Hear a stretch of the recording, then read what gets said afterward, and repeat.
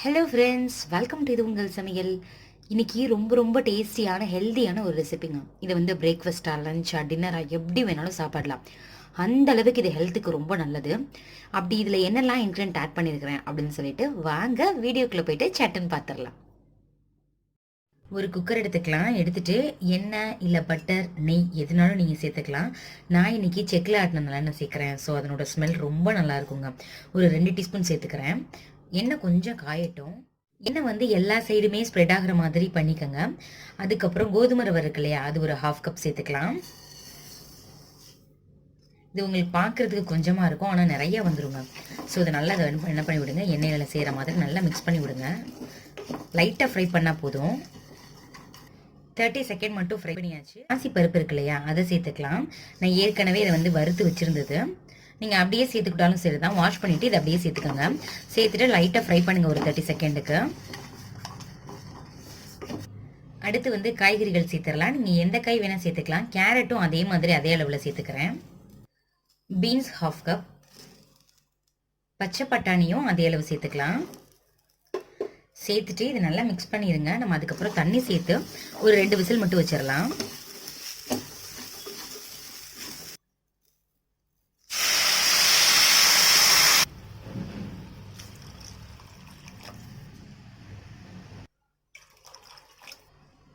இதுக்கு தேவையான அளவு உப்பு சேர்த்துக்கலாம்.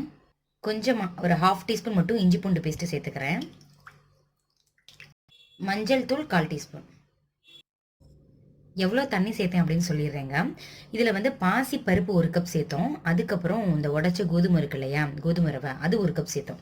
ஸோ இது வந்து 1/2 கப்புங்க. இந்த கப்பில் ரெண்டுமே கரெக்டாக இருக்கும். 1/2 கப் வந்து பாசி பருப்பு, 1/2 கப் வந்து கோதுமை ரவை கரெக்டாக இருக்கும். இதில் 1 கப்புக்கு நான் 2.5 கப்பு வந்து தண்ணி சேர்த்தேங்க. இது வந்து ஒரு 2 விசிலுக்கு அப்படியே விட்டுறலாம். கொதிச்சிருச்சு. இப்போ நம்ம மூடி போட்டு 2 விசிலுக்கு அப்புறம் இது எப்படி இருக்கு ஓப்பன் பண்ணி பார்க்கலாம். நல்லா வெந்திருக்கு. தண்ணி பத்தாதது மாதிரி தாங்க இருக்கும். நம்ம லாஸ்ட்டு சேர்த்துக்கலாம். அப்படியே எடுத்து விடுங்க.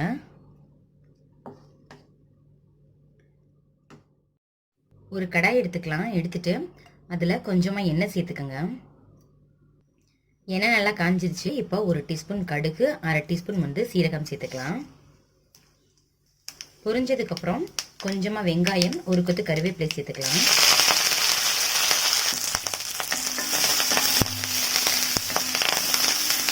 கலர் நல்லா சேஞ்ச் ஆயிடுச்சு. இப்போ ஒரு தக்காளி சேர்த்துக்கலாம், குட்டியாக கட் பண்ணி. அதையும் நல்லா ஃப்ரை பண்ணி விடுங்க. அடுப்பை நல்லா சிம் பண்ணிக்கோங்க.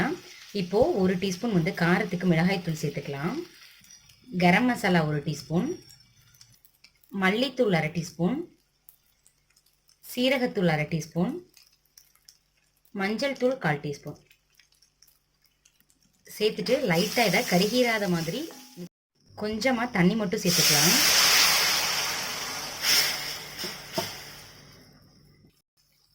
ரெண்டு நிமிஷம் ஆயிருக்குங்க. இப்போ நம்ம வேக வச்சு வச்சுருக்கோம் இல்லையா, அதை அதில் சேர்த்துடலாம். நல்லா அதை மிக்ஸ் பண்ணி விடுங்க. கொஞ்சமாக தண்ணி சேர்த்துக்கலாம்.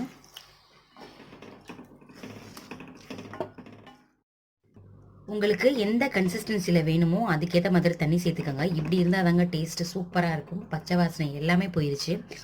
இந்த மாதிரி நீங்கள் செஞ்சு கொடுங்க. இது வந்து கோதுமை ரவையில் செஞ்சது அப்படின்னு உங்களால் கண்டுபிடிக்கவே முடியாது. டேஸ்ட்டு பிரமாதமாக இருக்குங்க. இதில் நம்ம 2 ஐட்டம் மட்டும் இன்னும் சேர்க்கலாம்.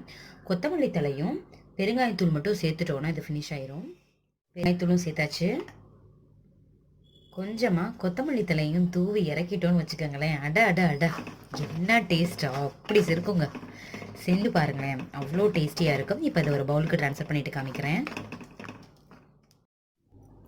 பவுலுக்கும் ட்ரான்ஸ்ஃபர் பண்ணியாச்சு. பாருங்களேன், பார்க்குறதுக்கே சூப்பராக இருக்குது. டேஸ்ட்டும் அட்டகாசமாக இருக்கும். மிஸ் பண்ணிடாதீங்க, கண்டிப்பாக செஞ்சு பாருங்கள். அவ்வளோ டேஸ்டியாக இருக்குங்க. இதே மாதிரியே நீங்கள் செஞ்சு பார்த்துட்டு எப்படி இருந்துச்சு அப்படின்னு சொல்லிட்டு எனக்கு கமெண்ட் பண்ணுங்கள். உங்கள் ஃப்ரெண்ட்ஸ் அண்ட் ரிலேட்டிவ்ஸ் கூட ஷேர் பண்ணுங்கள். இந்த வீடியோ உங்களுக்கு பிடிச்சிருந்துச்சுன்னா மறக்காமல் இது உங்கள் சமையலுக்கு சப்ஸ்கிரைப் பண்ணுங்கள், லைக் பண்ணுங்கள். Thank you friends.